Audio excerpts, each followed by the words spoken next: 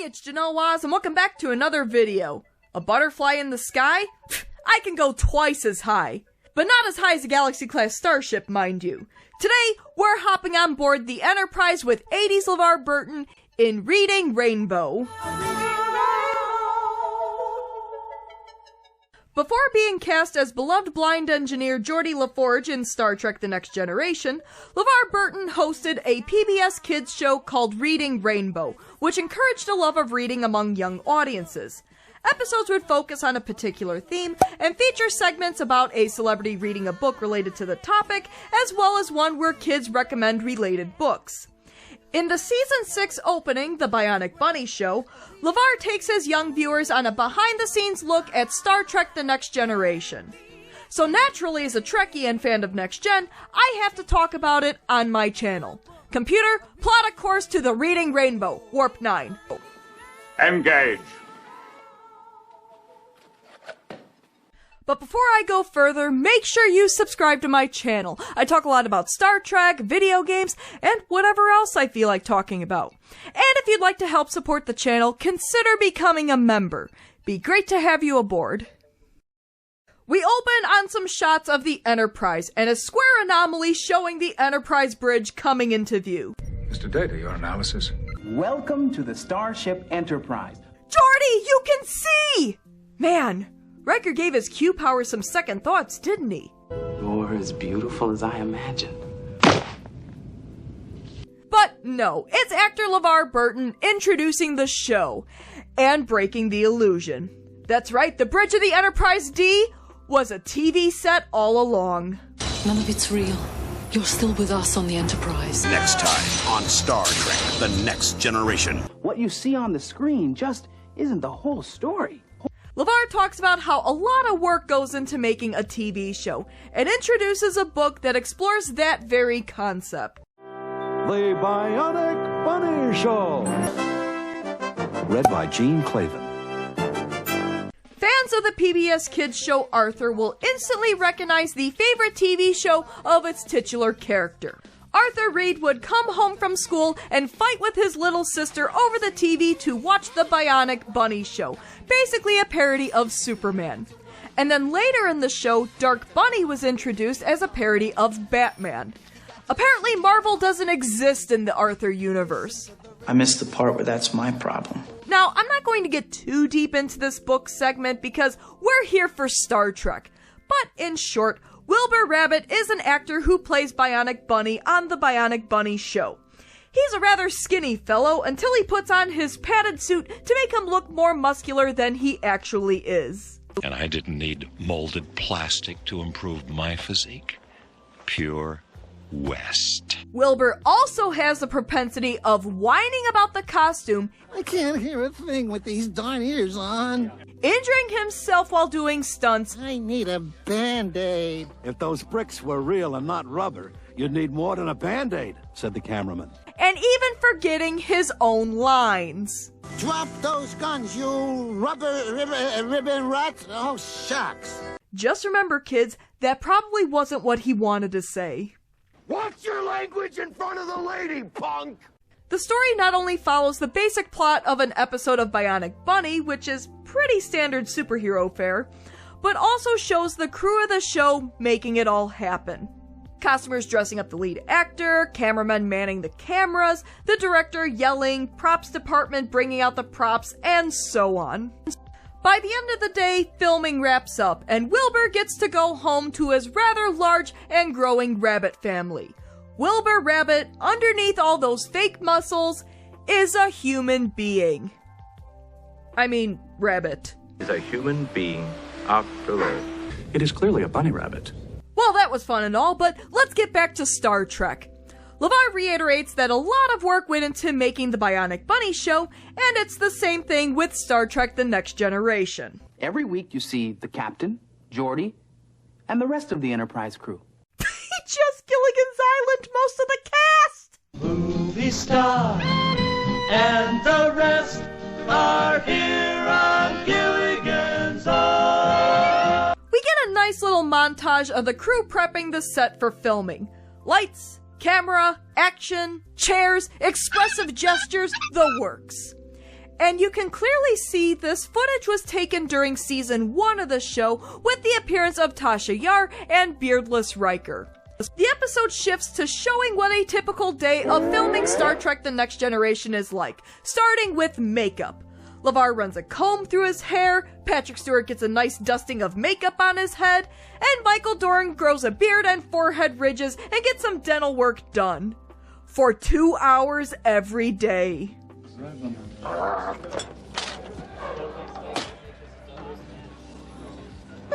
Stand aside, I take large steps. Crowding around Mr. Data's console, the cast goes over their lines and Patrick Stewart enthusiastically makes suggestions. But before filming starts, they rehearse the scene. In a comfy jacket. But then it's time to make it so. Yes, well, that would work here. Put on that visor, LeVar. Touch up your makeup, Marina. Run a comb through your luscious hair, Pat. You'll never look at your hairline again in the same way. It's time to film. The same scene multiple times from different angles. I've said Jiminy Jilliker so many times the words have lost all meaning. And action. Dang it! Even the automatic doors are fake! It's a fake. During filming, close-ups are taken of Picard, Riker, Data, and Riker's leg. And all of that work turns into a whole bunch of film LeVar just exposed.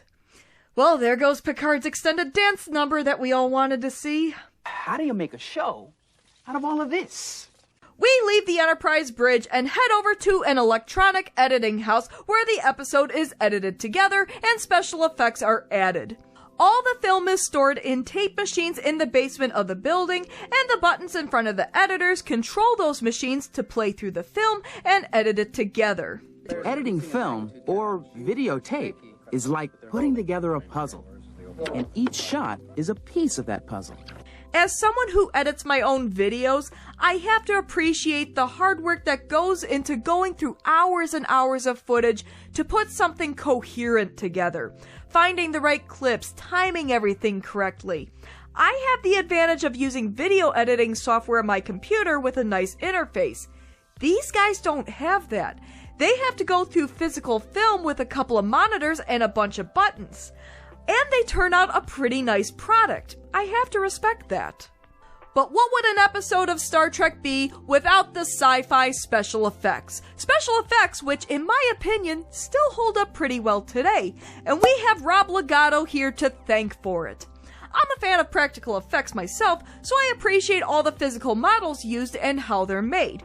What impressed me was that a lot of the models were made from ordinary objects. This giant box here, old plastic model parts. The transporter effect, glitter and water. This scout ship, disposable razors. So in creating these things, you can use absolutely anything. But scout ships and transporter effects are all fine and dandy, but we know what we all want to see. Well, I bet you're wondering where the real Enterprise is. Sorry to disappoint you kids, but the Enterprise is an upside-down 6-foot model. You can't actually walk inside of it, let alone go into space with it. Good Lord, didn't anybody here build ships in bottles when they were boys? And it's upside down because it's simply easier to film the ship moving that way. In fact, the ship never actually moves. The camera does all the work, moving so the Enterprise appears like it's flying towards or away from the camera. It's kinda neat. I just think they're neat. And then it's spliced into some space footage and boom, we have an Enterprise flying in space. Whoa! Back on the Enterprise, LeVar takes us on a walk through the Enterprise corridors and into the engine room, talking about how the Enterprise explores the wonders of the universe. You know, there's something else that can help you explore the universe. Crayons. They can take you to more places than a starship. Books. But you don't have to take my word for it. He said the line! Lights! Camera! Action! Kid, I'm old, but you don't need to shout like that. We come to the book recommendations, which, again, I'm not going to spend a whole lot of time on. 3 kids talk about their favorite books related to the making of big productions. Movies, the Philharmonic, and TV. Hey, wait a minute. Don't touch that dial. The last book is about the production of an actual TV show called Ramona. Now, I never heard of it, and I decided to do a little research on it. And there's a reason why I never heard of it. It only lasted 10 episodes. What better way to greet the day than holding your head up high? I can appreciate the inclusion of the Ramona book more than the other books mentioned in this episode, simply because it's based on an actual TV series, albeit a short-lived one. Why not check it out? And yeah, the kids aren't the greatest in front of the camera, but you know what, they're kids, I can let it slide. Well, the episode is almost over, and we get to see some of the best Star Trek material out there. Outtakes! Of course, the G-rated outtakes. We're losing the freighter. We have to beam those people out there now, or even sooner, or as soon as I can give the order. Means you, Mr. Wolf. Why are you sitting there? Captain Toujon, we're not able to... Sorry, gentlemen. Okay, that's it.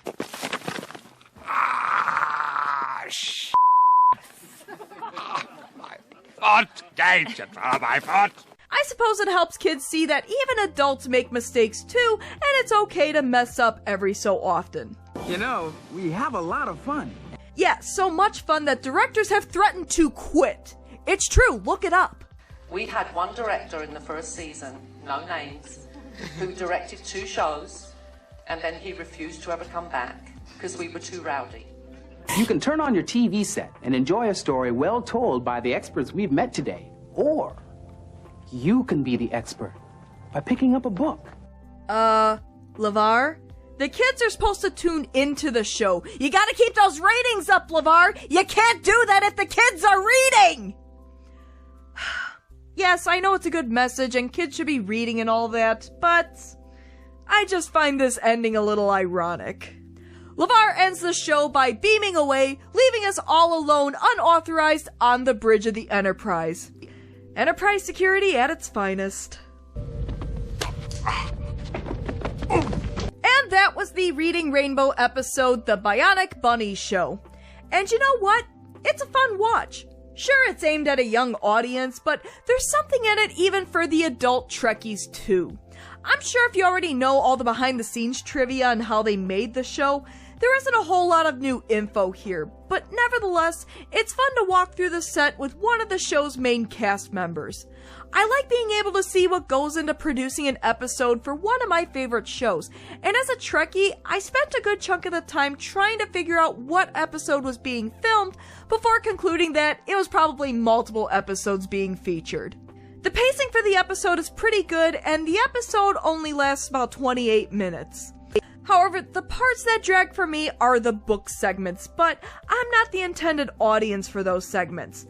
I'm sure if you have kids, they're fine. It'll help introduce young viewers to the world of television and movie production. Or even if they see something scary in a TV show or movie, this can help show them that it's all make-believe. There's a crew behind it all, and everyone's okay. I do think the ending gets a little shaky with LeVar encouraging kids to read after basing an entire show about a TV series. But overall, whether you're a kid or an adult, there's a lot to enjoy here. You could say that 80s LeVar Burton made it so. Make it so. So what do you think? Did you grow up watching Reading Rainbow? Did you ever catch this particular episode? Did you love it? Did you hate it? Did it help you get into Star Trek, or were you already a fan? Did you learn anything new from this episode? And what are some of your favorite behind-the-scenes trivia for Star Trek The Next Generation? Please, leave comments below and discuss. As always, thanks for tuning in to another video. If you like what you see, why not give my video a like and subscribe to my channel? Tell your friends! Until next time... Stand aside, I take large steps.